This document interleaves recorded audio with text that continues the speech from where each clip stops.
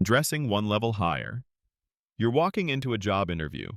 The hallway smells like recycled air and stress. There's a flickering ceiling light above you that feels like it's flickering in Morse code just to mess with your head. You're not required to wear a blazer. Business casual would have worked. But you didn't come here to blend in. You came here armored. Polished shoes. A crisp jacket, one level higher than everyone else. And without saying a word, you've already said everything. The receptionist, who barely looked up, now sits straighter. The guy scrolling on his phone suddenly notices you. They don't know why, but they trust you more. Why? Because you look like leadership. Humans are running on ancient software. We still associate tailored clothes with competence, texture with control, and fit with reliability. Clothes don't just cover us, they broadcast status silently.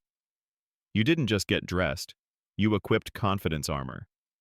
Cheat code unlocked. +15 to perceived authority.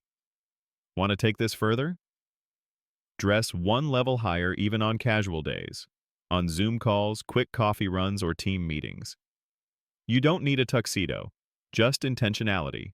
Clean sneakers, crisp shirt, clothes that say, "I care." And the world, weirdly, listens. Bonus upgrade. Mirror the dress code of people in positions you want, not the one you're in. Dressing the part makes others treat you like you already belong there. The 5:1 ratio. It's late afternoon. You're in the kitchen. 2 mugs, 1 sink, 1 unwashed plate. Again. You sigh. Not a dramatic one. Just a tiny, "Here we go again," exhale. Your partner hears it. Responds with a cold, "What?" Boom. Atmosphere glitch. Tiny fracture. But here's the math you don't see. Relationships run on a secret algorithm. 5 positives for every 1 negative. That sigh? That's 1. Correcting them mid-sentence? 1. Not asking how their day was? 1. Now add in the positive moments. A kiss on the forehead? +1.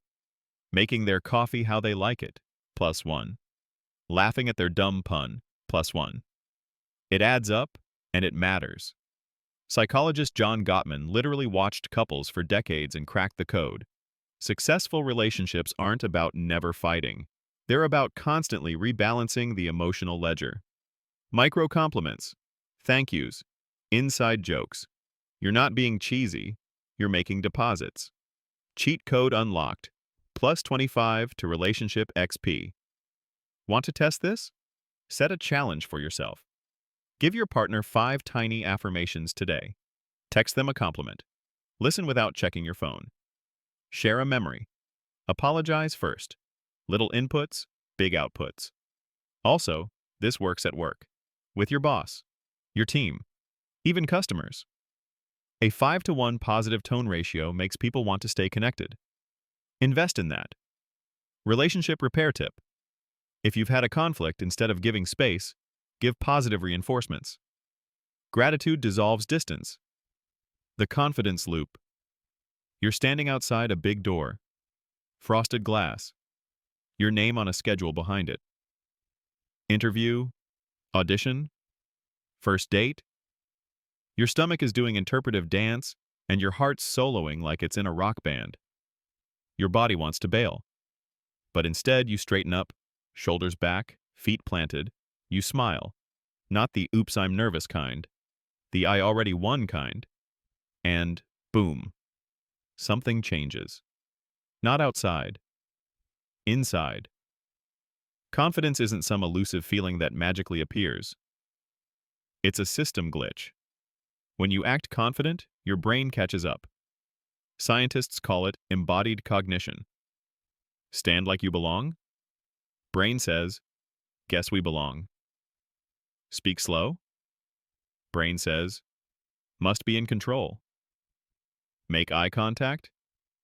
Brain says, power mode activated. And suddenly, you are the role you were pretending to play. Cheat code unlocked. +30 to self-belief. Pro tip. Combine this with music. A power playlist? That's an extra buff.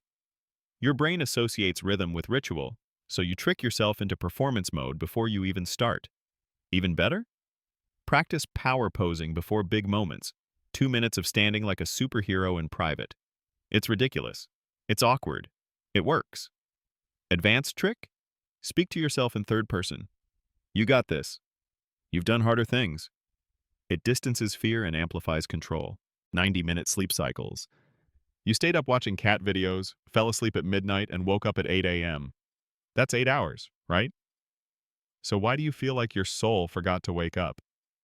Because you woke up in the middle of a cycle. Sleep isn't one big nap. It's a loop. Light sleep, deep sleep, REM. About 90 minutes per cycle.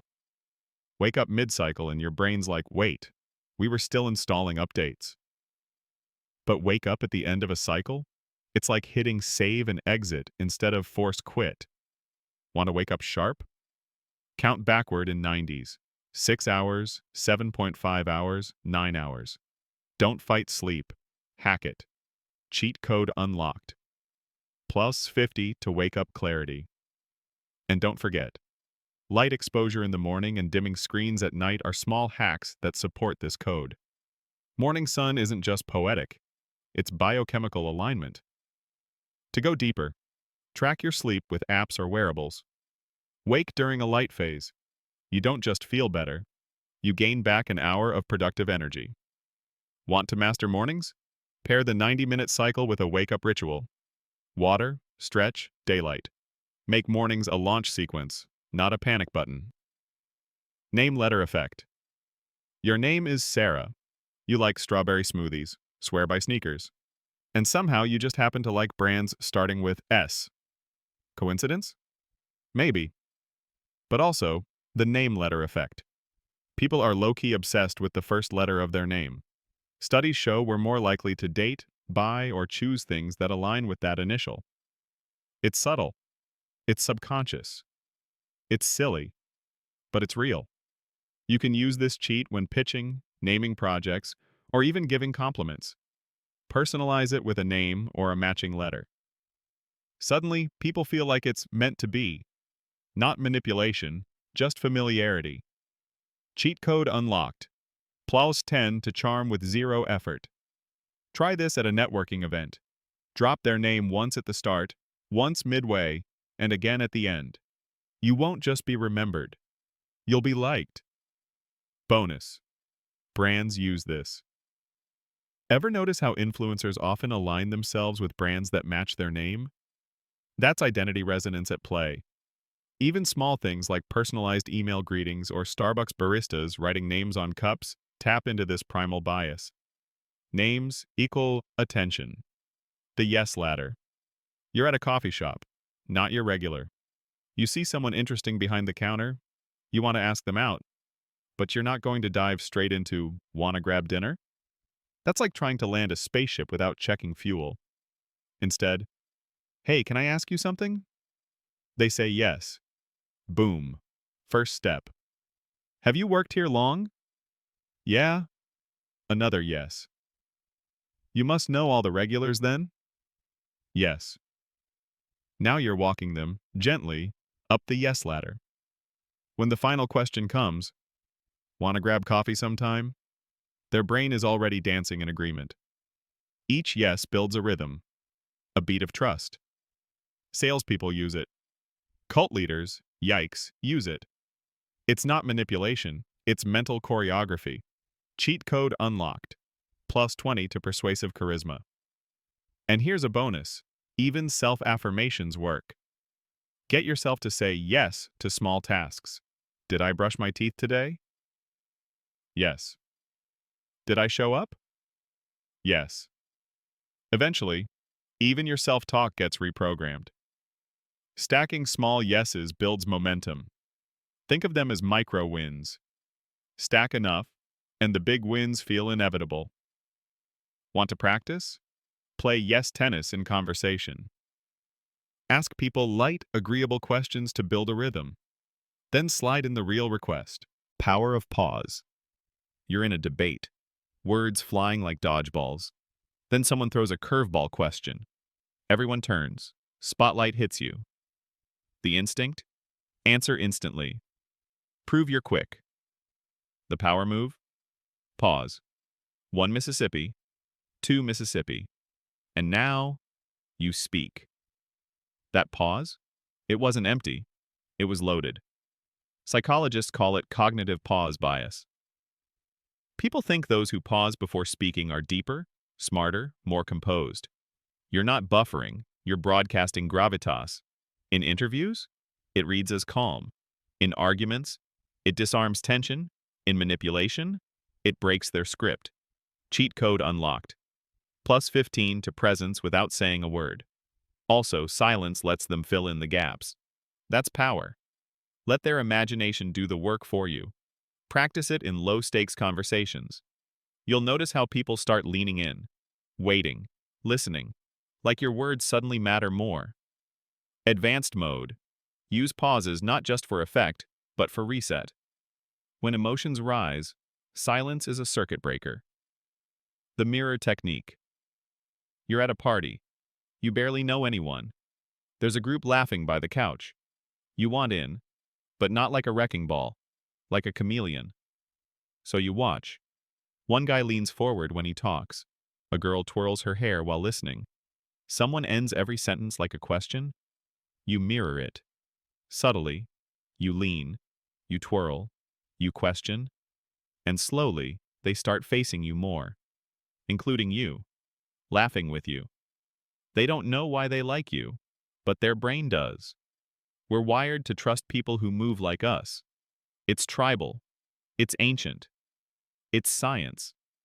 FBI agents use it. Sales reps live by it. You just became part of the group. Cheat code unlocked. Plus 20 to social stealth mode.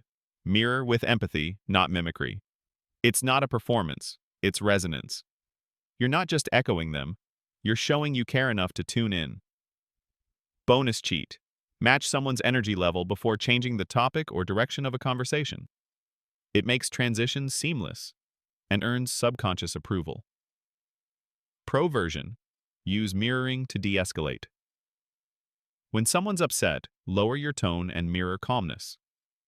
Emotional sync builds trust without words. So, if you found this video helpful, don't forget to like and subscribe. And don't forget to hit the notification bell so you'll be the first to know when a new video drops.